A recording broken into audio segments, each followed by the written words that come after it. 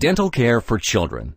Together we can spare tomorrow's adults unnecessary suffering and maybe make their world a little better place.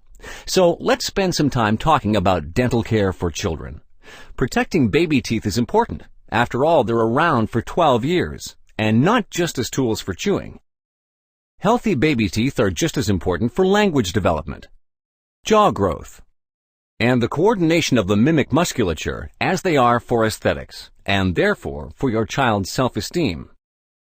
If your child already has carious teeth, then these need to be restored, even if it's necessary to do so under a general anesthetic. Any dentist who doesn't recommend treatment doesn't know anything about childhood dental care. Carious teeth are home to millions of bacteria and endanger the rest of the teeth. In order to avoid reaching this point in the first place, let's take a brief look at this video. Many parents think, well, my child rarely eats sweets. However, we only get a small percentage of our sugar intake in more or less the pure form. The largest share is hidden in processed products. It's not always easy to recognize sugar products in food items because the industry prefers to use scientific names for them.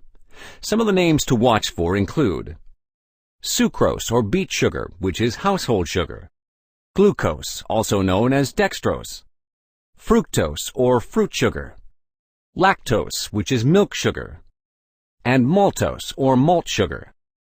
All types of sugar and honey have the same negative effects.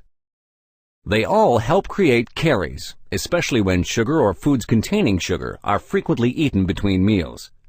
Sugar generates plaque, which is a breeding ground for bacteria, and bacteria cause caries. Caries is very much a preventable dental disease. You can find out more in the video entitled Caries and Plaque. As a guideline, only allow your child 2 snacks per day.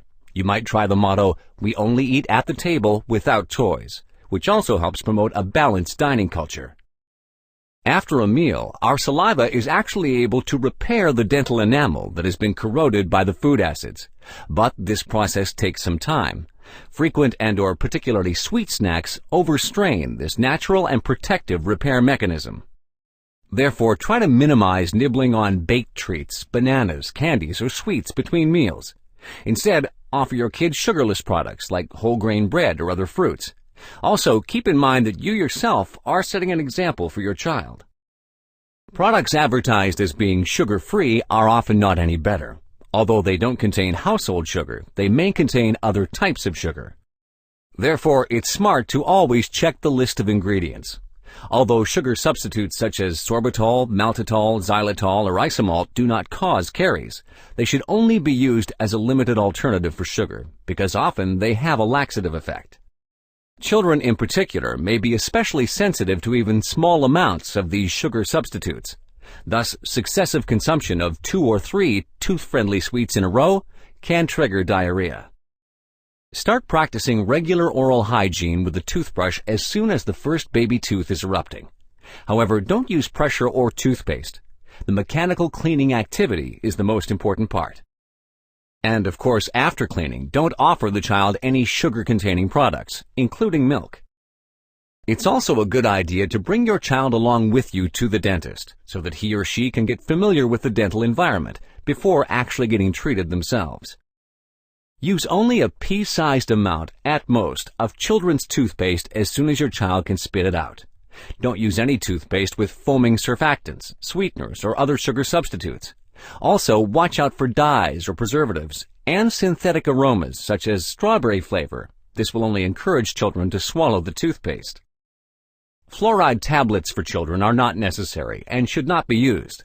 However, fluoride-containing toothpaste is a good idea. You can make brushing a daily ritual in your child's hygiene routine by reciting a short song or poem during brushing. Also, make it a habit to perform a follow-up brushing on your child twice a day until they're 10. It's important to do this because it's only around the age of 10 that children develop their motor skills enough to adequately brush their own teeth. You are your child's best teacher, so allow them to observe your own body care. One of these days, your child will thank you.